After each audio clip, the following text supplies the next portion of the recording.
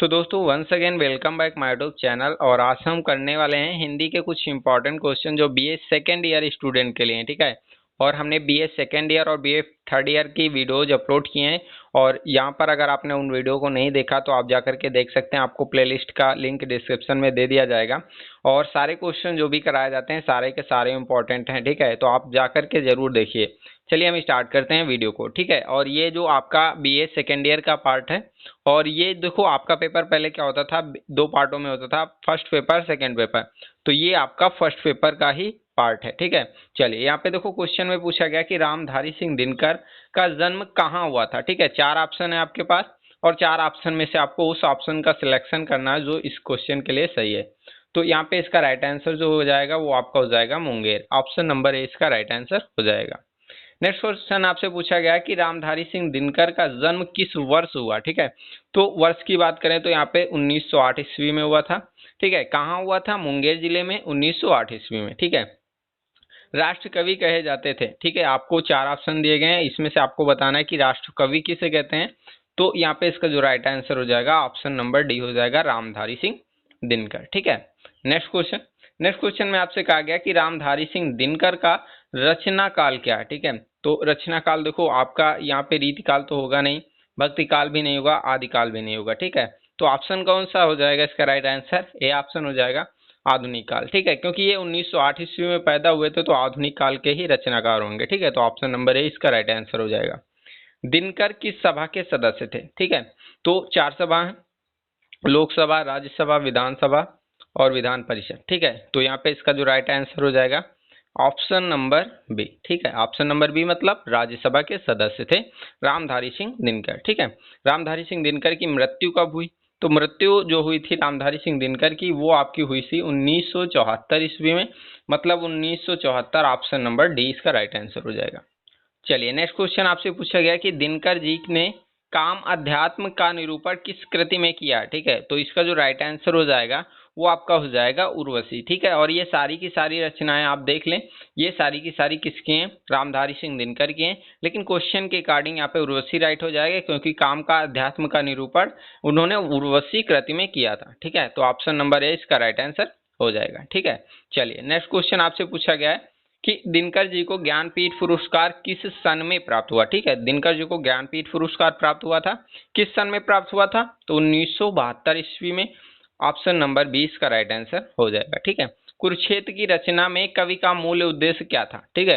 कुरुक्षेत्र जो है वो रामधारी सिंह दिनकर की रचना है, तो उसमें उद्देश्य क्या था, मूल उद्देश्य क्या था कवि का, ठीक है। तो आपको ये बताना। तो यहाँ पे इसका राइट आंसर हो जाएगा युद्ध और शांति की समस्या पर गंभीर चिंतन, ठीक है। ऑप्शन नंबर ए राइट हो जाएगा। नेक्स्ट क्वेश्चन आपसे पूछा गया कि दिनकर जी को राज्यसभा का सदस्य किस सन में मनोनीत किया गया था, ठीक है। अभी आपने क्वेश्चन देखा था कि दिनकर जी राज्यसभा के सदस्य थे, किस सन में हुए थे, आपको इस क्वेश्चन में वो जवाब देना, ठीक है। तो यहाँ पे इसका राइट आंसर हो जाएगा 1952 ईस्वी में, ठीक है। कब हुआ था? 1952 ईस्वी में। तो राइट आंसर ऑप्शन डी हो जाएगा। नेक्स्ट है दिनकर जी को किस वर्ग में रखा जाएगा, ठीक है। तो दिनकर जी जो थे वो आपके कौन से कब थे? राष्ट्रीय संस्कृत एवं धारा के बीच, ठीक है। तो आपका राइट आंसर कौन सा हो जाएगा? बी ऑप्शन हो जाएगा। नेक्स्ट क्वेश्चन है दिनकर का प्रथम कविता संग्रह कौन है? तो इसका जो राइट आंसर हो जाएगा वो आपका हो जाएगा रेणुका, ठीक है। कौन सा राइट आंसर हो जाएगा? रेणुका। तो चलिए नेक्स्ट क्वेश्चन यहाँ पे पूछा गया है कि दिनकर जी को किस रचना पर ज्ञानपीठ पुरस्कार प्राप्त हुआ, ठीक है। तो यहाँ पे इसका जो राइट आंसर हो जाएगा ऑप्शन नंबर सी इसका राइट आंसर हो जाएगा। उर्वशी पर इनको ज्ञानपीठ पुरस्कार प्राप्त हुआ था 1972 ईस्वी में, ठीक है। तो आपको दोनों चीजें याद रखना है, कब मिला था? 1972 ईस्वी में। किस रचना पर? तो उर्वशी पर, ठीक है।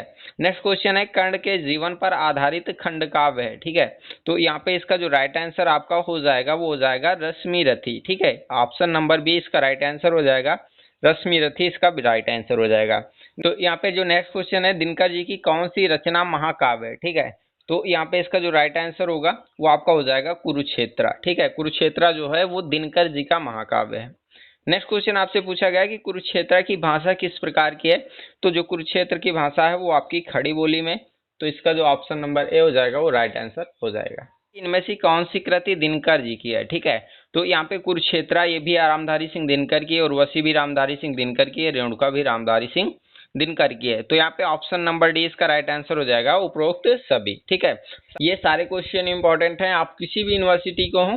ठीक है, अगर आपकी यूनिवर्सिटी के सिलेबस में अगर ये चैप्टर है रामधारी सिंह दिनकर का कुरुक्षेत्र का छठा सर्ग, ठीक है, तो ये सारे क्वेश्चन आपके लिए काफी ज्यादा इंपॉर्टेंट हैं और ये सारे क्वेश्चन आपको लर्न करना चाहिए, आपको ये सारे क्वेश्चन तैयार करना चाहिए ताकि आपको एग्जाम में काफी अच्छा स्कोर करने को मिले। ठीक है, चलिए नेक्स्ट क्वेश्चन यहाँ पे पूछा गया कि दिनकर जी किस विश्वविद्यालय के उपकुलपति थे। ठीक है, तो दिनकर जी जो थे वो एक विश्वविद्यालय के कुलपति थे, उपकुलपति थे सॉरी।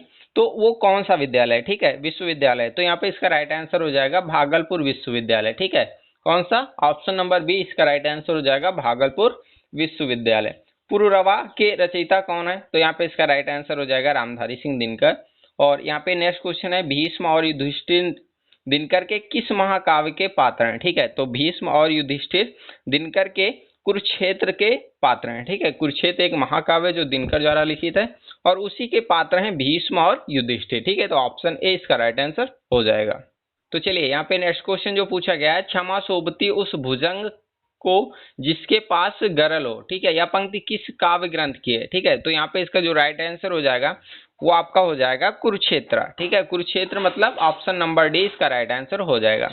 संस्कृत के 4 अध्याय किस कवि की रचना है, तो संस्कृत के 4 अध्याय रामधारी सिंह दिनकर की रचना है, तो ऑप्शन नंबर सी इसका राइट आंसर हो जाएगा। उर्वशी का कामाध्यात्मक पर किस विदेशी लेखक का प्रभाव पड़ा। ठीक है, तो यहाँ पे इसका जो राइट आंसर हो जाएगा वो आपका हो जाएगा option number A D H Lawrence. ठीक है, कौन, डी एच लॉरेंस। चलिए नेक्स्ट क्वेश्चन यहाँ पे पूछा गया है वट पीपल किस कवि की गद्य ग्रंथ है। ठीक है, तो यहाँ पे इसका जो राइट आंसर हो जाएगा वो आपका हो जाएगा option number C Ramdhari Singh Dinkar. ठीक है, कुरुक्षेत्र मूलतः किस प्रेम का काव्य है, तो यहाँ पे इसका जो राइट आंसर हो जाएगा वो हो जाएगा मानव प्रेम। ठीक है, कौन सा, मानव प्रेम का राइट आंसर हो जाएगा। चलिए नेक्स्ट क्वेश्चन यहाँ पे पूछा गया है कि कुरुक्षेत्र पर किस संस्कृति का प्रभाव पड़ा, तो कुरुक्षेत्र जो है उस पर आपकी भारतीय संस्कृति का प्रभाव पड़ा और कुरुक्षेत्र जो है वो रामधारी सिंह दिनकर की रचना है और ये उनका महाकाव्य है। ठीक है, तो सारी चीजें आपको लर्न करना, याद रखना। नेक्स्ट क्वेश्चन है रामधारी सिंह दिनकर का जन्म किस गांव में हुआ, तो यहाँ पे जो आपका मुंगेर जिला है वहां के एक सिमरिया नामक गांव में हुआ था। ठीक है, कौन से गांव में हुआ था, सिमरिया नामक गांव, और ये कहाँ पड़ता है, मुंगेर जिला में। ठीक है, कहाँ पे, मुंगेर जिला में। तो आपको सारी चीजें याद रखना है। चलिए यहाँ पे नेक्स्ट क्वेश्चन आपसे पूछा गया कि दिनकर जी भारत सरकार के किस विभाग में हिंदी सलाहकार थे। ठीक है, आपके सामने 4 ऑप्शन है, गृह विभाग, राजस्व विभाग, कर विभाग, परिवहन विभाग। ठीक है, तो यहाँ पे इसका जो राइट आंसर हो जाएगा वो हो जाएगा ऑप्शन नंबर ए, गृह विभाग में हिंदी सलाहकार थे रामधारी सिंह दिनकर जी। ठीक है, तो ऑप्शन नंबर ए इसका राइट आंसर। नेक्स्ट क्वेश्चन है कि किस रचना पर दिनकर जी से सरकार की तरफ से स्पष्टीकरण मांगा गया था, तो यहाँ पे इसका जो राइट आंसर हो जाएगा वो हो जाएगा ए व बी दोनों। ठीक है, यहाँ पे इनकी रचना हुंकार और इनकी रचना जो रेणुका है उन पर सरकार की तरफ से स्पष्टीकरण मांगा गया था, तो आप पे ऑप्शन नंबर सी राइट हो जाएगा। ठीक है, तो यहाँ पे जो नेक्स्ट क्वेश्चन पूछा गया कि रेणुका कृति के विषय में क्या सत्य है। ठीक है, तो यहाँ पे इसका जो राइट आंसर हो जाएगा वो हो जाएगा ऑप्शन नंबर डी, मतलब यहाँ पे यह दिनकर जी का प्रथम काव्य संग्रह, ये भी सही है। इसमें कवि ने युगीन परिस्थितियों में विविध चित्र किया है। ठीक है, ये भी सही हो जाएगा। इनकी कविताओं में दिनकर जी के विद्रोही हृदय का परिचय मिलता है। ठीक है, तो यहाँ पे इसका राइट आंसर ये भी मिलेगा। तो यहाँ पे तीनों मिल रहे हैं, तो इसके कारण आपका जो आंसर आएगा वो उपरोक्त सभी आ जाएगा। ठीक है, तो यहाँ पे इस प्रकार से हमने बहुत सारे क्वेश्चन किए जो आपके हिंदी साहित्य के सेकेंड ईयर स्टूडेंट, जो बीए सेकेंड ईयर स्टूडेंट हैं उनके लिए काफी ज्यादा इंपॉर्टेंट है। ठीक है, तो यहाँ पे ये क्वेश्चन सारे इंपॉर्टेंट है, आप तैयार कर लीजिएगा। अगर वीडियो आपके लिए हेल्पफुल है तो वीडियो को लाइक करके चैनल को सब्सक्राइब कर लेना और मिलते हैं नेक्स्ट वीडियो में। तब तक के लिए बाय, टेक केयर।